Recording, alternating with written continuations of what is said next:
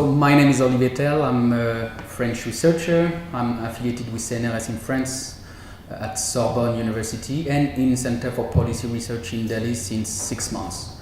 I'm working currently on the sanitation program, trying to link the emerging diseases such as dengue, chikungunya, and all these vector-borne diseases with evolution of a city. So I will start right now by kind of putting everything in context. Dengue as an emerging disease. Of course, dengue, as we all know, is emerging worldwide since the year 70s or 80s even. It's a kind of a surprise because during the 70s we thought that infectious disease were controlled in the world. I would remind that US surgeon declared in the 70s that infectious disease were completely controlled all over the world. Of course, it's not true. We could observe epidemics of new diseases or diseases that we thought to be controlled, such as AIDS, dengue, and chikungunya, and all these kind of diseases.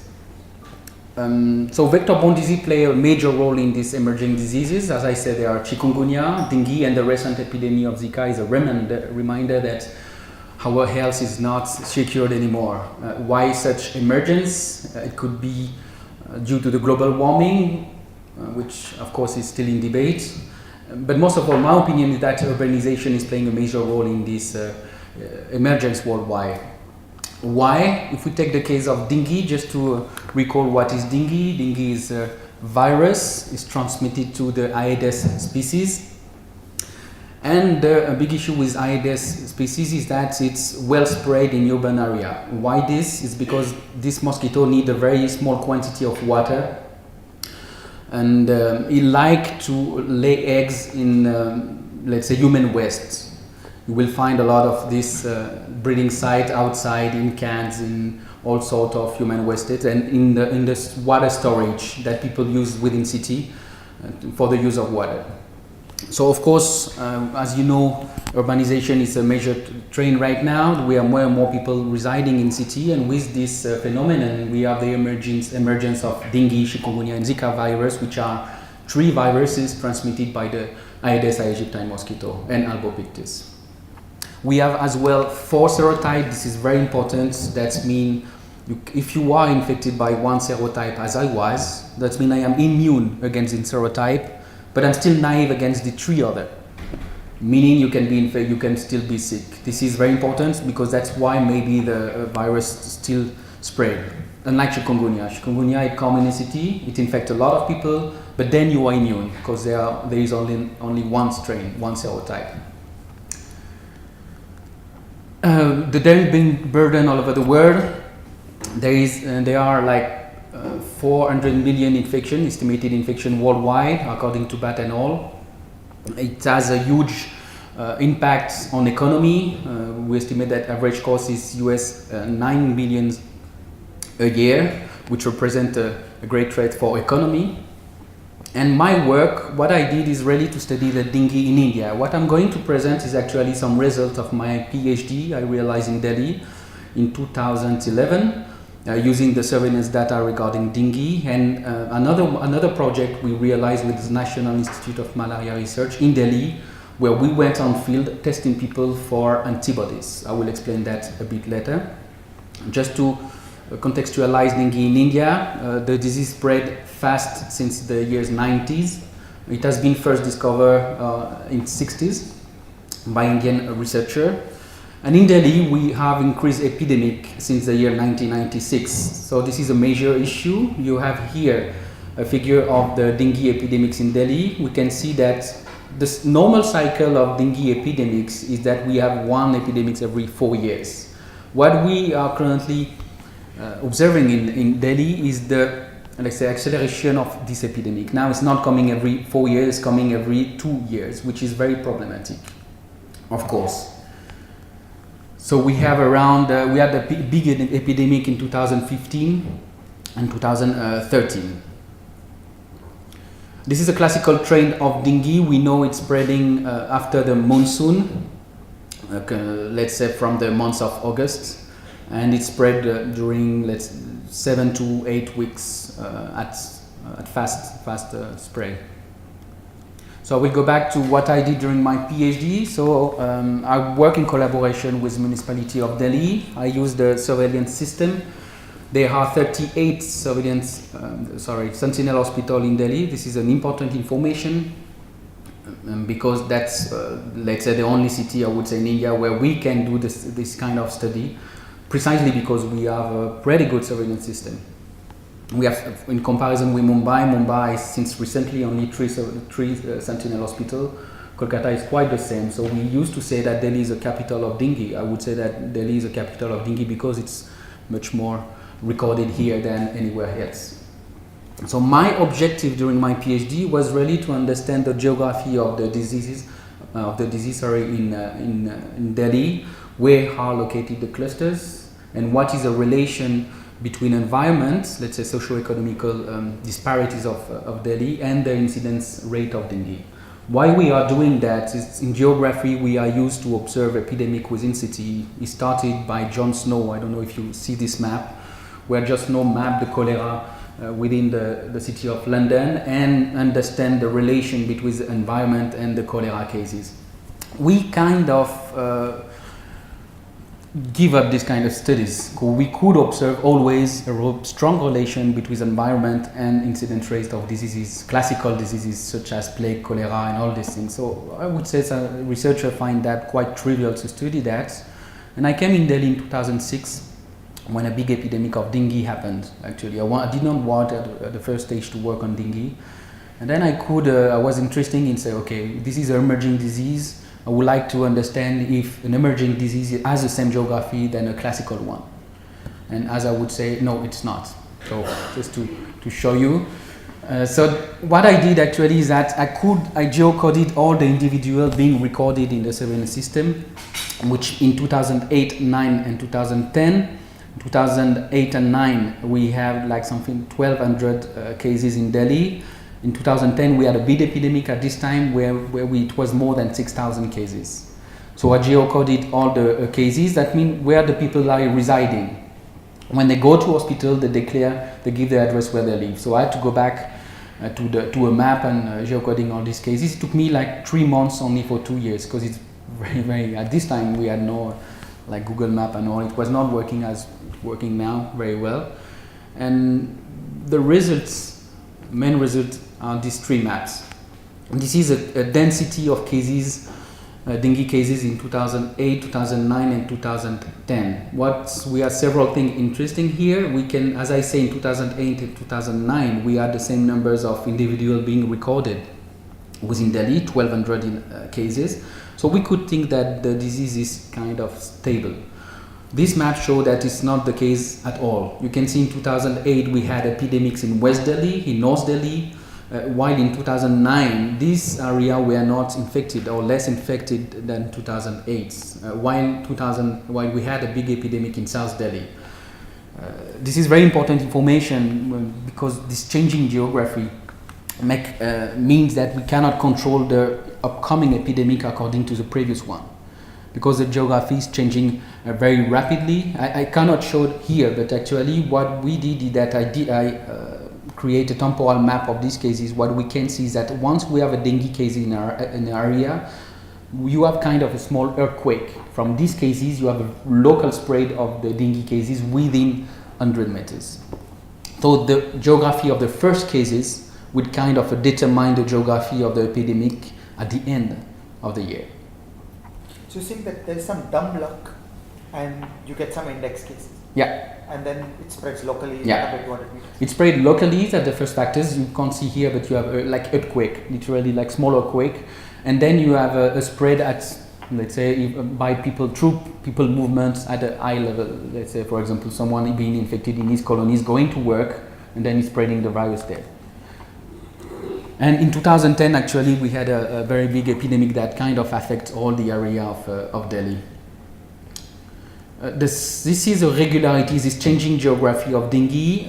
I could observe that in other places, such as Bangkok, and this are the epidemic at the bottom of dengue in Vientiane. 2013, 14, and 15, and we have similarities. That means that we have a changing geography despite same numbers of dengue cases all through the year. So it makes this disease very complicated to manage. This is not only due to the index cases, but as I say, once you get infected by one serotype, you are immune. So probably in 2008, the cases you see on the West Delhi, the diffusion of dengue was so high that most of the people were immune, and you had no space anymore for the disease to really and one outbreak would involve multiple serotypes? Or is it that one outbreak is localized to one serotype? This we don't know in Delhi, unfortunately, because there is too few serotyping. So we don't know actually, this is an interesting remark, we don't know if all of these cases are the same serotype. There are studies made in Bangkok where they show it was the same serotype. You have homotopy, as they say. The more closer you were to index cases, the more probable that it was the same serotype. Here it's just an assumption, but strong one, but still, yeah, we need serotype and even strains to confirm this geography, this phenomenon.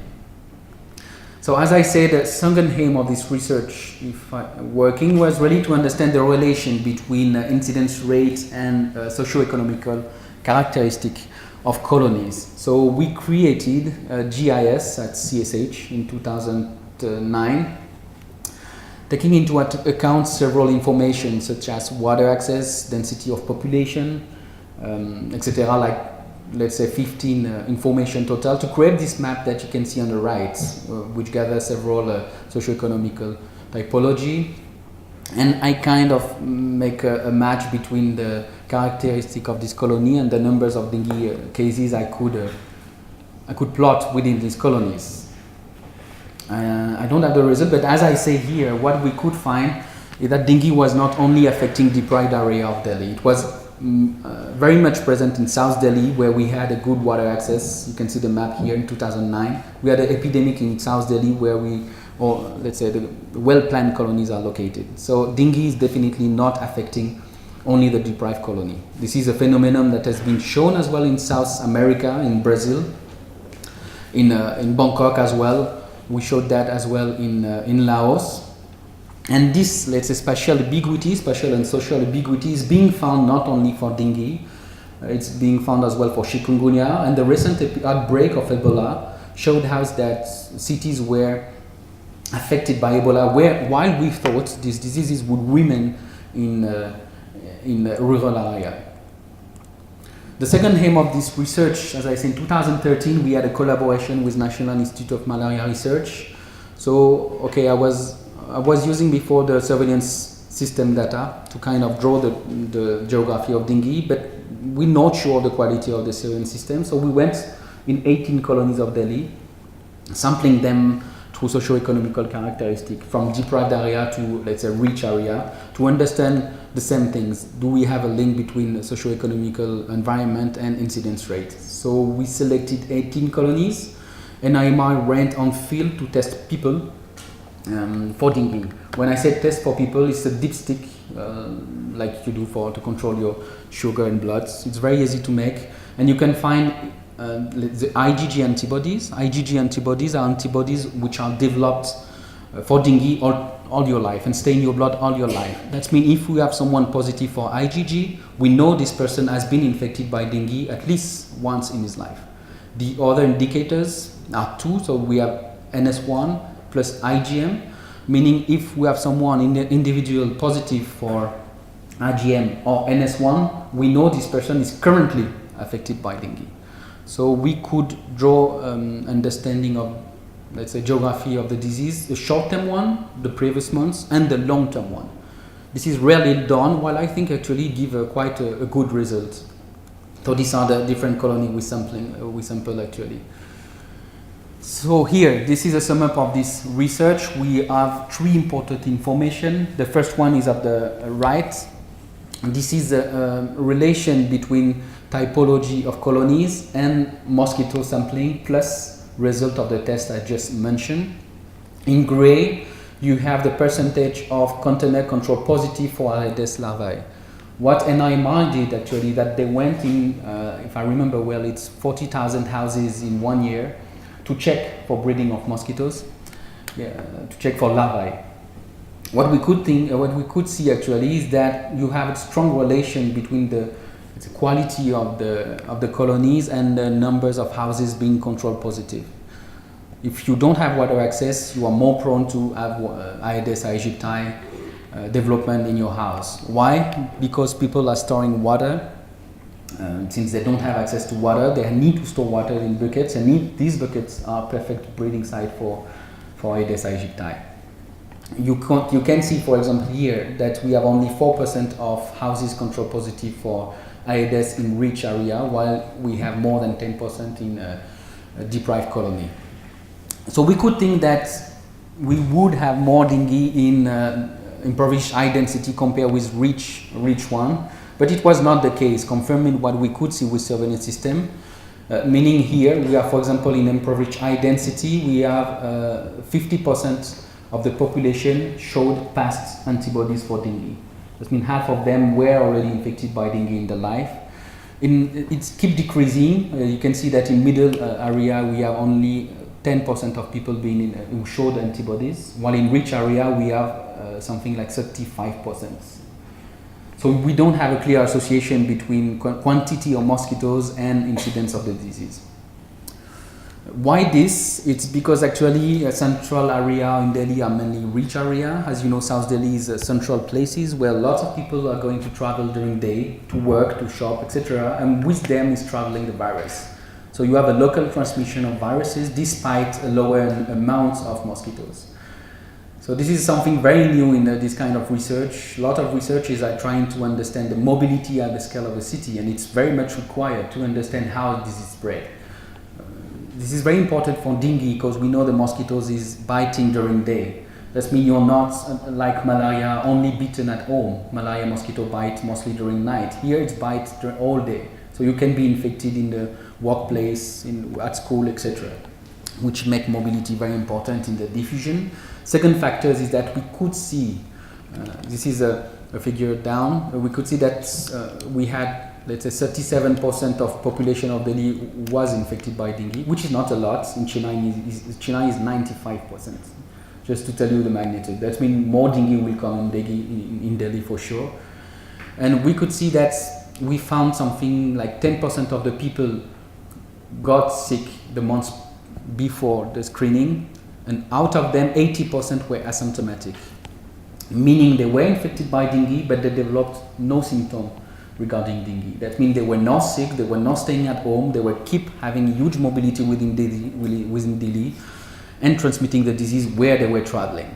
This is a colleague of mine with whom I work in Institut Pasteur showed that actually these asymptomatic people could transmit much more the virus to the mosquitoes than normal ones. So of course it's a big issue as well for control. That means you cannot only control the area within one index cases, you really have to control central places and all these things, because the surveillance system won't really tell you where the disease happened. It will catch 1 cases or 2 cases out of 10. So you might act in one colony, you say, okay, this is the first index cases. Well, it's not. You had cases before. So this is very challenging, actually. Sorry, I just want to clarify this. Is this true all over the world that many people who are bitten and infected with the dengue virus will remain asymptomatic and never manifest? It is, yeah. This is in the concording with what we did in Cambodia, we was Institut Pasteur did in Laos, etc. This is very, let's say, quite well known. We don't know why. We don't know why some people will develop the dengue hemorrhagic fever and why some people will be asymptomatic. We have no clue. We think there are 2 theories. One is related to the serotype mixing, meaning if you have been infected by one serotype, if you are infected by another one, you might develop a dengue hemorrhagic fever. In my opinion, it's quite not true, because we could observe dengue hemorrhagic fever in Ireland where it was the first epidemic. Another theory, and that's where I did my postdoc in Pasteur Institute, thinks that it's related to genes, genetic factors. They did some studies, this makes this disease quite tricky to control, precisely because of this asymptomatic. That's why this virus is developing that fast, actually. They should do like mass screening or something. Find out who all the So, like, do you think about mortality bias in your study? So, the richer areas will have lower deaths because of dengue or any of these viruses. Mm. The poorest will have more deaths, and you will not see those things. No, here actually the death is not that high for dengue. It's 0.8%. So most of the cases we are here is people who have dengue hemorrhagic fever. And we went on field as well. So as I say, we confirmed precisely for this. The things you see here is a field results. So we tested in active way, not in passive. We were not waiting for the people to come at the hospital. We went on field and tested 2,100 individual. You can't get those who are dead already. Sorry? You can't get those who are dead already. You can't get them. It's a 0.8. Yeah, so it's not that much, yeah. And this we could have them through surveillance system, the one we did before, because then we know when, so this one was passive, the first studies, so people were coming and we knew if the person died or not. But we have very few deaths in Delhi. We have 7 or 8 deaths attributed to dengue, which is already quite a lot, but not as critical as other diseases. Can I ask one more question? If you were bitten and you were carrying the virus but asymptomatic, how long would you be infectious and able to infect other people? How long does the virus survive? This is not very well known, actually. This is you have a huge disparities according to your population and to individuals. Some will be infectious for, let's say, 8 days. Some might keep infectious for 1 month maximum. So this is basic science that we need to understand more to really predict epidemics. This is something we don't really know. It's being done right now in Laos, and that they could find minimum 8 days, maximum 1 month, which is a huge time frame, of course. Okay, so as I say, you have to understand the mobilities to really understand the spread of the diseases, where the people are moving, why some, which is true at other level. Why Delhi, as you were saying, why Delhi is affected by dengue is because it's kind of gather all the mobility of North India. Lots of people are coming to work. Most of all, people who are sick, they come to Delhi to get treated by dengue, and they will, of course, enable local diffusion. So this is true as well within Delhi. You have to understand the mobility inside Delhi to understand where the dengue virus will relocate after its emergence. Within Delhi, but as well between the city composing NCR, like Gurgaon, Faridabad and all. For example, in 2008 we had an epidemic in West Delhi, starting because we had at this time 1 month before a very important epidemic in Gurgaon. And some people were walking in Gurgaon and bring back the diseases in West Delhi. That's how the disease started in 2008, most probably. So we have a way to do that. We can estimate through big data, which we are currently trying to do, gathering, for example, fawn cell and all these things. This is very interesting method, actually. So you take all the sample of people being registered at hospital. In Delhi, what they do is that they take blood sample to confirm dengue. So when I say there are 1,200 cases in Delhi, it's confirmed cases. In Bangkok, they take all suspected cases. So that's why that means even non-confirmed dengue cases. So here what they do in Delhi, that they take into account only confirmed cases. That means they take bloods. And what we can do actually is sequence the viruses to understand the relation between cases. That means if you have been, which I hope you won't be, infected by dengue, and I got infected by dengue, I can know if it's the same strain and who got infected first. So I can connect infection between themselves. So instead of estimating mobilities, the impact of mobilities on virus diffusion, we do the inverse. We are sequencing the viruses to recreate the mobilities at the scale of Delhi. So this is something fascinating. For example, it has been done in Brazil by Mondini and all, which they did that on a small amount of viruses, but still like 50 or 70 viruses. And what it could actually show is that you have different strains here. You have dark blue, for example, and they could show that the people residing in the suburbs of San Jose were sharing the same strain than the one residing in the center. So these cases are for sure linked. And what you can see in red, in orange, it's one cases which did not lead to another infection. So you can recreate the source of infection and who infected who. This will be very important actually to understand the centrality and to better locate actually the dengue control and mosquito control. So this is what we want to do in Delhi. I think it would be a major advance in what we could do in Delhi. This is what something we're going to do in Laos with Institut Pasteur, and it will bring to very interesting discussion. Is the chronology of strains very definite? Yeah, that's mean each time the virus infects someone, it evaluates, and then Every time. most of the if you have the full genomes, if you have to sequence the full genome, so the completely DNA, no, it's RNA, but to understand this indeed, and it's quite cheap right now. It's $10 per to sequence it, which was it used to be very expensive. Right now, it's quite affordable. So with that, I thought there used to be jumps. yeah, there will be definitely, but some people, which I don't know, can recreate these trees, which I don't know really what to do, but again, we need interdisciplinary research. So if I go back to the map, that means we won't have only dengue cases map, but we will have a strain. And we could link, for example, colonies sharing the same strain and estimate where the infection took place. So this is why, in Bangkok, and I'm very fascinated as well by this, the impact of mobilities on dengue diffusion. Sequencing can tell us as well a lot about strains mutation on field. If you are, for example, as I say, winter kind of stop the strain diffusion in Delhi, we could understand if the strain at the beginning of the epidemic is the same one as the one detected at the end of the previous epidemic. If it's the same one, we know that the virus is hiding somewhere in Delhi. If it's a different one, we know that it was imported from another places. So it will really lead to let's say mosquito control. And how to approach mobilities, as I say, the mobile phone use. This is something very new. You can really track, if not individual population within Delhi, where do they go to work every day, where do they reside, etc. So I'm very interested in that thing. It's quite difficult to get access to this mobile phone data and all, but it will lead to major improvement of dengue control. This is as well another thing. So as I say, we have to control mosquito. As you were saying, Professor Shah, less and less people are interested in mosquito control, precisely because of that. It's a new paradigm. What I just say, integrating mobilities is in science very new, and it's very passionate, of course, because it kind of brings new models and all these things. But fewer and fewer people are really interested in mosquito control, and it's quite of sad, if I may say. But it's very challenging because we always mention, for example, the success of mosquito control in South America in 1947, the kind of control Aedes aegypti, but it is not the same anymore.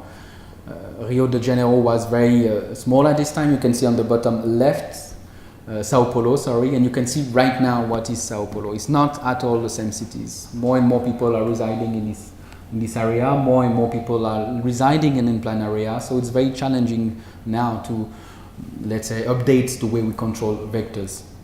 This is what Institut Pasteur has developed. It's a short-term control, as I would say. So it's very interesting because actually what you do is that you put buckets every 50 meters. In these buckets, you put a bacteria. The mosquito will come, only the female mosquitoes. Why female mosquitoes? Because she's the only one who lay, obviously. And she will come to this oviposition and bring herself the bacteria and transmit this bacteria to all the breeding sites in which she will go, which is something very new with this female mosquitoes. Is actually she's not going to breed in only one breeding site, she's going to multiple one. So when she will breed, she will transmit this local bacteria to all the breeding sites, and the one we cannot get access to. Some are very difficult, as I say, because it's developing in very small quantity of water, and it's very difficult to find all the breeding site for this mosquito. With this strategy developed by Institut Pasteur, we could help in reducing the amount of mosquito within one area. This is it's quite cheap as well. It costs, let's say, something like $6 per buckets, as I say. So it could be used in Delhi. We are planning to use this in Delhi to make some trials first to see if it's really working in Delhi. We tested that in Madeira, because Madeira had an epidemic of dengue. When I say that dengue is everywhere, that's true. It was in 2013, and Richard Paul, working at Institut Pasteur, did this research, and you can see all where the vector control were put in Madeira, and they could kill up to 90% of mosquito around this place. So it cannot be put everywhere and shouldn't be put everywhere. We cannot control dengue everywhere. We can't control mosquito breeding everywhere. But if we find some key location where we could use that, it could be useful to control dengue. This is the one, yeah. So it's one bucket every 50 meters, and it's quite easy to make. I made it myself, actually. I did one, and I'm not very skilled manually, and I couldn't make it. So I think everyone can do it. So this is the impact of mobility on disease control. Another thought that I have, this is why actually I'm working with Center for Policy Research, is to link this disease emergence with the sanitation program. We are kind of estimate only the dengue diffusion with 1 year. We take epidemic after epidemics. But my opinion is that we should understand this epidemic as a more larger pictures. Not only one epidemic, but all these things. And what we can see in Delhi is actually, as I say, if you study one epidemic, it's very difficult to understand factors of risk. If you study all epidemics, then you can see very interesting fact. This is fieldwork results, and we could see that, for example, the household who had water access were twice less infected by dengue than the other one. It's a major issue. While we couldn't find any risk factors for one epidemics, but on long term we could find these factors of risk. And people using repellent every day were similarly twice less infected than the other one. Very few research are doing that, actually trying to understand the link between city evolution and exposure to a disease like dengue, while it shows important result. That means by improving water access, we could help to control dengue. It wouldn't be the only way to control it, but it could help. This is another factors, so it's linked with the link between climate and let's say socioeconomic characteristic of Delhi. Could be surprising, but we mapped the land surface temperature in Delhi. So we could see actually that we have a huge disparities within Delhi according to population density. For example, in June it's 34 degrees in South Delhi next to the ridge, while it's in Shashdara it's 44 degrees. You have 10 degrees difference within Delhi. It's huge. Sure? I don't. We are sure. It's shown as well by people of Dehradun. They did this kind of study in Delhi, and they show very greatly. They did amazing work on that, testing on field. In winters, similarly, we have the same kind of different temperature. As I said, the epidemic has stopped in winters because the temperature is too low. Normally, it's too low to enable the mosquito proliferation. But what we could see is that this is the detection of mosquito made by an IMR. We have 3 categories of colonies: impoverished low density, impoverished high density, and rich area. And we could see that in winters we couldn't detect mosquitoes in the rich area, larvae, but we could find mosquitoes in the impoverished high density. So one theory, one hypothesis is that actually the high density area are actually warmer than the other ones. So that means it's 5 degrees during night in Delhi, overall in Delhi, but actually it could be 15 degrees in this impoverished high density. So we think that with this proliferation of mosquitoes, we have a proliferation of dengue viruses within this environmental niche. So by acting in winters in this area, we could help in controlling the strain diffusion during epidemics. But still, it's one hypothesis. We need now to confirm. So catching mosquitoes this winter, coming winter, and testing them for dengue, it's very easy to do. So like this, we know that we have a circulation of dengue within Delhi. This is, for example, the surveillance system. You have the black dots. Black dots represent all the winter cases being registered in Delhi since 2011. And we can see that most of them, 90% of them, are located in high density area, which does not come from our hypothesis, but lead to think that we still have a circulation in this area. So all this to say that, of course, mobility has to be integrated in the analysis, but it makes the diffusion very complex within 1 year. It depends on people, mobility, temperature, etc. It's very complex to predict epidemic. If we think of long terms, I think we have better chance in controlling dengue, not only in Delhi but all over India. Of course, there is a tremendous work being done in Delhi every day in Delhi. To control dengue, but this is not the case for the cities, which does not have the same means than Delhi. Of course, we have increasing urbanization in all India. Uttar Pradesh, Bihar, all the states have more and more cities. Most of them are not considered as cities. They are growing, let's say, rural area. We still remain under let's say, law of rural area, they do not have the means to control the epidemic of dengue. It's very, very problematic because, of course, you cannot control one place if you do not control the other ones. It's true at the local level, it's true at the national level, and it's true at international level, of course, as well. If you want to improve the health of, I don't know, someone living in US, you have to improve the health of someone residing in Laos, because with international circulation, travel, viruses. So it's a big challenge, of course, to control dengue. In my opinion, it could help as well to really improve the way cities are managed, to improve our governance of cities, etc. I would just remind that Paris is Paris thanks to the cholera. That's when really we changes the landscape of Paris to help in control of cholera cases. And rich people understood that if they had to protect their own health, they have to protect the health of poor people, of deprived people. Of course, so yeah, I think viruses tend to link people, link nations. So it's a great challenge. I think it's a great as well opportunity for us to improve all this. And yeah, I would finish by understanding as well the governance of diseases. Who is doing what at what scale is another very important thing. Include as well public finance. Dengue is very costly. What would be the cost of improving, for example, sewer water access? It costs money, of course, but I think dengue is costing equally much money. Thank you.